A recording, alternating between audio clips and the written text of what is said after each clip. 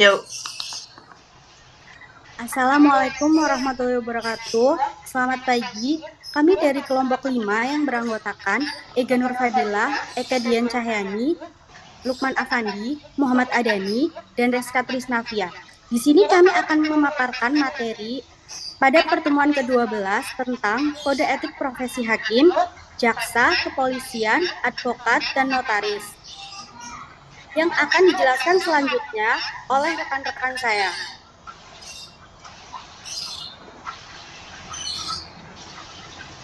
Pada latar belakang, etika profesi adalah prinsip yang mengatur perilaku seseorang atau kelompok dalam lingkungan bisnis. Dengan adanya etika profesional ini bisa memberikan gambaran tentang bagaimana seseorang harus bertindak terhadap orang lain dan institusinya dalam lingkungan tersebut. Pada akhirnya, etika profesi ini akan digunakan oleh semua orang di kelompok yang sama, meskipun nilai-nilai mereka mungkin unik bagi sekelompok orang tertentu. Seringkali etika profesi ini disandingkan dengan kode etik profesi, di mana kode etik profesi mengacu pada etika profesional sebagai dasar untuk menentukan perilaku yang diwajibkan bagi seseorang suatu profesi.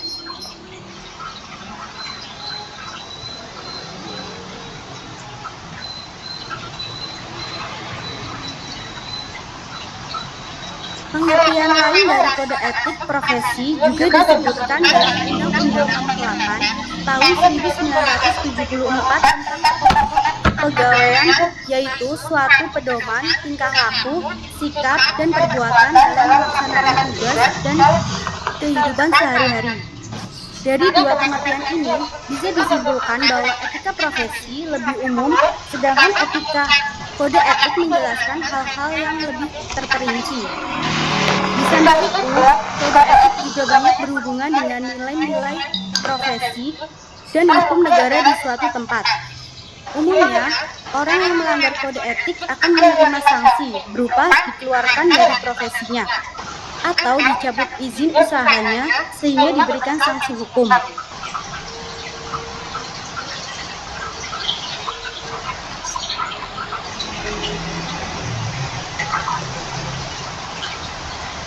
Selanjutnya yaitu tujuan dan manfaat. Dengan diadakannya edukasi mengenai etika profesi tersebut, kami mengharapkan video pembelajaran yang kami buat ini bisa membantu masyarakat luas untuk mengetahui lebih mendalam mengenai etika-etika profesi tersebut. Selain itu, manfaatnya yaitu untuk meningkatkan keterampilan individu dan juga membuat para profesional dapat bertindak dengan cara yang diinginkan secara moral untuk menuju komitmen moral dan perilaku bertanggung jawab.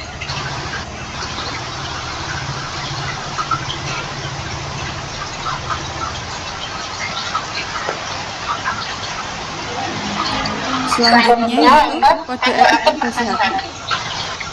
Kode etik hakim adalah seperangkat norma etik bagi hakim dalam pelaksanaan tugas dan fungsi menerima, memeriksa, mengadili, dan menyelesaikan perkara. Kode etik juga memuat norma-norma etik bagi hakim dalam tata pergaulan di dalam dan di luar institusi. Berdasarkan hukuman dan tugasnya sebagai pelaku utama fungsi pengadilan, maka sikap hakim yang dilambangkan dalam Kartika Cakra Chandra Kaligantika itu merupakan panduan perilaku hakim yang harus senantiasa diimplementasikan dan direalisasikan oleh semua hakim dalam sikap dan perilaku hakim yang berlandaskan pada prinsip ketuhanan yang Maha Esa, adil, bijaksana, dan berwibawa, berbudi luhur, dan jujur. Ketakwaan kepada Tuhan Yang Maha Esa akan mampu mendorong hakim untuk berperilaku baik dan penuh tanggung jawab sesuai ajaran dan tuntutan agama dan kepercayaan yang dianutnya. Kewajiban hakim untuk memelihara kehormatan dan keluhuran martabat serta perilaku hakim sebagaimana ditentukan dalam peraturan perundang-undangan harus diimplementasikan secara konkret dan konsisten baik dalam menjalankan tugas judisialnya maupun di luar tugas judisialnya, sebab hal itu berkaitan erat dengan upaya penegakan hukum dan keadilan.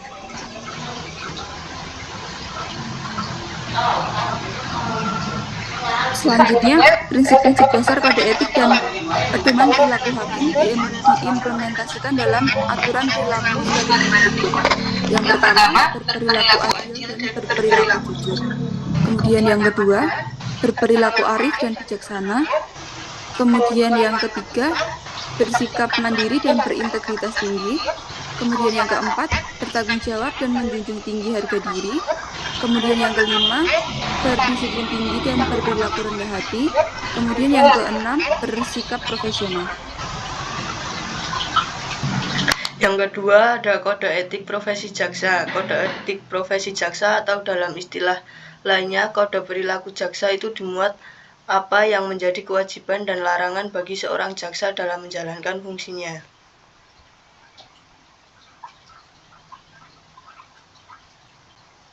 Dalam melaksanakan tugas profesi, jaksa wajib yang pertama mentaati kaidah hukum, peraturan perundang-undangan, dan peraturan kedinasan yang berlaku.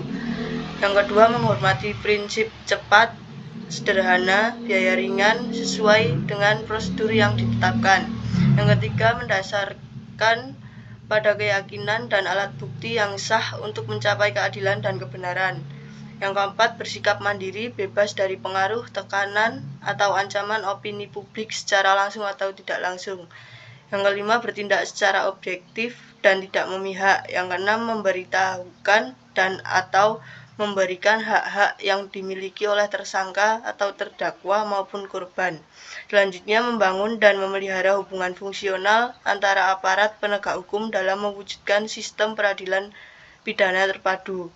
Selanjutnya, mengundurkan diri dari penanganan perkara yang mempunyai kepentingan pribadi atau keluarga, mempunyai hubungan pekerjaan, partai atau finansial, atau mempunyai nilai ekonomis secara langsung atau tidak langsung, menyimpan dan memegang rahasia sesuatu yang seharusnya dirahasiakan. Yang terakhir, menghormati kebebasan dan perbedaan pendapat sepanjang tidak melanggar ketentuan peraturan perundang-undangan dan lain-lain. Sementara itu, dalam melaksanakan tugas profesi, jaksa dilarang menggunakan jabatan dan atau kekuasaannya untuk kepentingan pribadi dan atau pihak lain. 2. Merekayasa fakta-fakta hukum dalam penanganan perkara. 3. Menggunakan kapasitas otoritas dan otoritasnya untuk melakukan penekanan secara fisik ataupun psikis. 4. Meminta dan atau menerima hadiah dan atau keuntungan serta melarang keluarganya meminta dan atau menerima hadiah dan atau keuntungan sehubungan dengan jabatannya. Yang kelima, menangani perkara yang mempunyai kepentingan pribadi atau keluarga, mempunyai hubungan pekerjaan, partai atau finansial, atau mempunyai nilai ekonomis secara langsung atau tidak langsung. 6. Bertindak diskriminatif dalam bentuk apapun. Yang ketujuh, membentuk opini publik yang dapat merugikan kepentingan penegakan hukum. Yang ke-8, memberikan keterangan kepada publik kecuali terbatas pada hal-hal teknis perkara yang ditangani. Kode etik profesi kepolisian. Kode etik bagi profesi kepolisian tidak hanya didasarkan pada kebutuhan profesional, tetapi juga telah diatur secara normatif dalam Undang-Undang Nomor 2 Tahun 2002 tentang Kepolisian Negara Republik Indonesia yang ditindaklanjuti dengan peraturan Kapolri, sehingga kode etik profesi Polri berlaku mengikat bagi setiap anggota Polri. Terdapat pasal 1 angka 5 Peraturan Kepala Kepolisian Negara Republik Indonesia Nomor 14 Tahun 2011 tentang Kode Etik Profesi Kepolisian Negara Republik Indonesia disebutkan bahwa norma-norma atau aturan-aturan yang merupakan kesatuan landasan etik atau filosofis yang berkaitan dengan perilaku maupun ucapan mengenai hal-hal yang diwajibkan, dilarang, patut atau tidak patut dilakukan oleh anggota Polri dalam melaksanakan tugas, wewenang, dan tanggung jawab jabatan.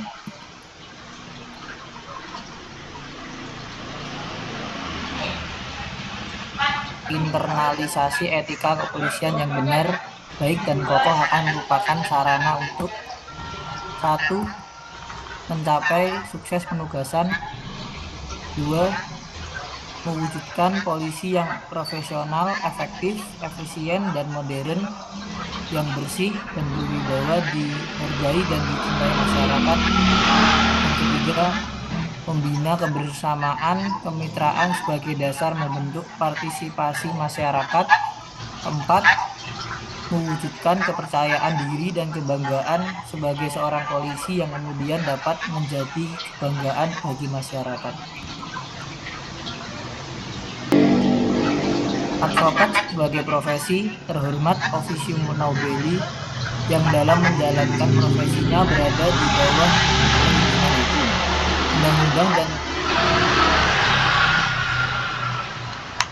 undang-undang dan kode etik memiliki kebebasan yang didasarkan kepada kehormatan dan kepribadian advokat yang berpegang teguh kepada kemandirian, kejujuran, kerahasiaan, dan keterbukaan, bahwa profesi advokat adalah selaku penegak hukum yang sejajar dengan instansi penegak hukum lainnya.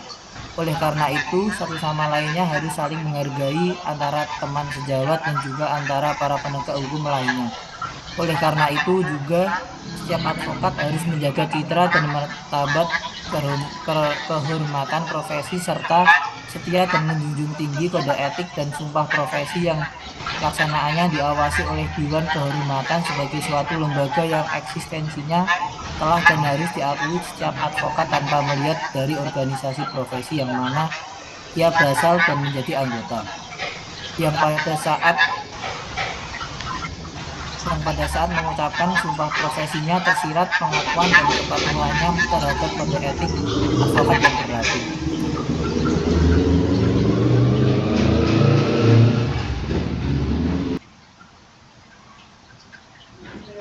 Kemudian kode etik profesi notaris. Keberadaan kode etik notaris adalah konsekuensi logis dari suatu pekerjaan profesi notaris. Pada dasarnya, notaris sebagai pejabat umum yang diberikan kepercayaan harus berpegang teguh dan tidak hanya pada peraturan perundang-undangan saja, melainkan juga pada kode etik profesinya.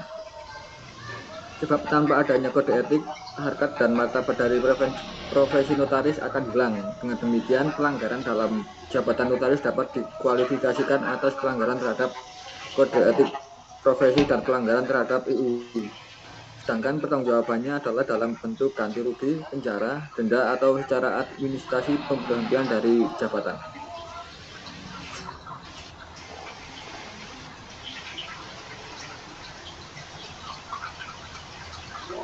Kewajiban notaris maupun orang lain selama yang bersangkutan menjalankan jabatan notaris antara lain adalah: 1.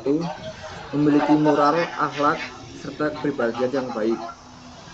2. Menghormati dan menjunjung tinggi harkat dan martabat jabatan notaris. 3. Menjaga dan membela kehormatan perkumpulan. 4. Berperilaku jujur, mandiri, tidak berpihak, amanah, seksama, penuh rasa tanggung jawab berdasarkan peraturan perundang-undangan dan isi sumpah jabatan notaris. 5. Mengutamakan pengabdian kepada kepentingan masyarakat dan negara. 6. Memberikan jasa pembuatan akta dan kewenangan lainnya untuk masyarakat yang tidak mampu tanpa menunut honorarium.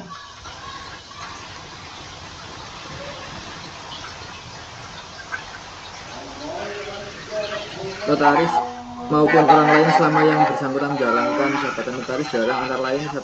Mempunyai lebih dari satu kantor, baik kantor cabang maupun kantor perwakilan. 2. Memasang papan nama dan atau tulisan yang berbunyi notaris atau kantor notaris di luar lingkungan kantor. 3. Melakukan publikasi atau promosi diri baik sendiri maupun secara bersama-sama dengan mencantumkan nama dan jabatannya. Menggunakan sarana media cetak dan atau elektronik dalam bentuk: A. Iklan, B. Ucapan selamat, C. Ucapan bela sungkawa, D. Ucapan terima kasih, E. Kegiatan masalah, F. Kegiatan sponsor baik dalam bidang sosial, keagamaan maupun olahraga. 4. Bekerjasama dengan biro jasa atau orang atau badan hukum yang pada haknya bertindak sebagai perantara untuk mencari atau mendapatkan klien. 5. Mendatangani akta yang proses pembuatannya telah dipersiapkan oleh pihak lain.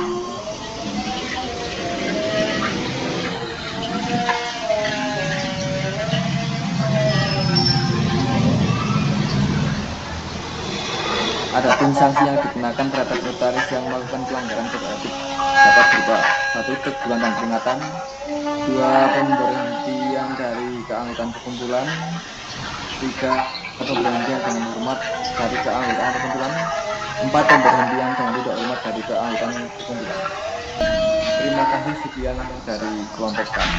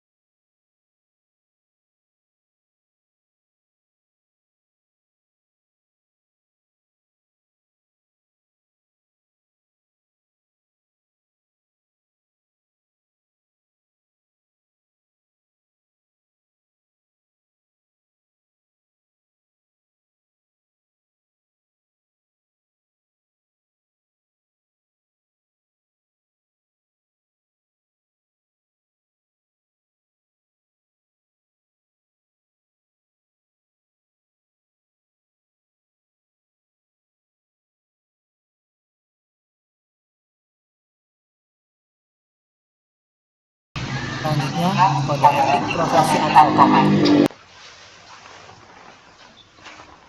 Kode etik